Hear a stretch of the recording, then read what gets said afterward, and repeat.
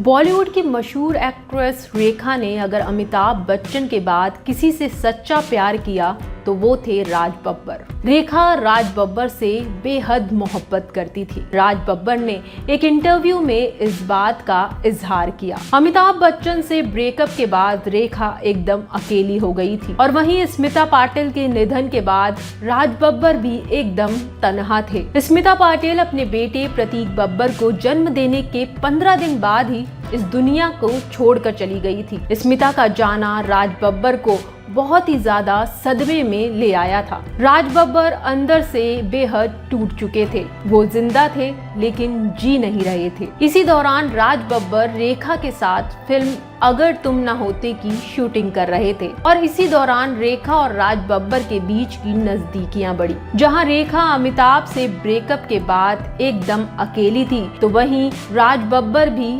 सदमे में थे। राज बब्बर और रेखा को एक दूसरे का सहारा मिला। राज बब्बर और रेखा एक दूसरे को इमोशनली सपोर्ट करने लगे और एक दूसरे के अच्छे दोस्त बने और ये दोस्ती नजदीकियों में बदल गई। रेखा को राज बब्बर का साथ बहुत अच्छा लगने लगा। रेखा राज बब्बर को अपने जीवन साथी के रूप में देखने लगी। लेकिन इसी बीच राज बब्बर के घर वाले उनकी पहली पत्नी नादिरा के साथ उनका रिश्ता फिर से फिक्स करवाना चाहते थे। वहीं नादिरा के घर वाले भी चाहते थे कि स्मिता के बाद राज बब्बर फिर से नादिरा के पास लौट आए। राज बब्बर के जीवन में जहां एक और रेखा थी तो वहीं दूसरी ओर घर वाले उन्हें नादिरा के पास फिर से लौटने को कह रहे थे। इसी बीच रेखा ने राज बब्बर को शादी के लिए प्रपोज किया। रेखा ने राज बब्बर के आगे जब उनके घर पर शादी का प्रस्ताव रखा तो राज बब्बर ने उन्हें साफ मना कर दिया। राज बब्बर ने रेखा के आगे अपनी पहली पत्नी नादिरा को चुना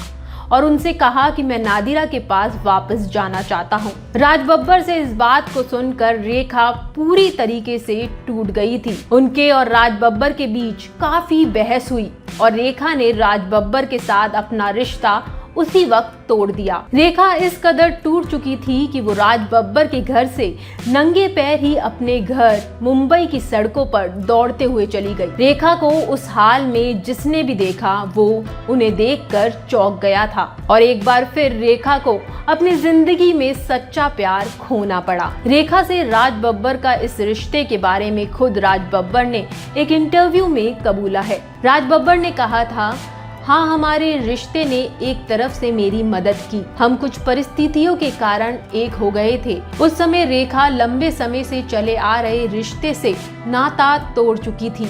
इस इंटरव्यू में राज बब्बर ने अपने और रेखा के बीच की गहराइयों के बारे में भी बात की थी। उन्होंने कहा कि हालांकि हमारा अफेयर ज्यादा गहरा नहीं था लेकिन हम निश्चित रूप से सिर्फ दोस्त नहीं थे। मैं रेखा के साथ उतना नहीं था जितना मैं स्मिता के साथ था। वो इंटेंसिटी नहीं थी।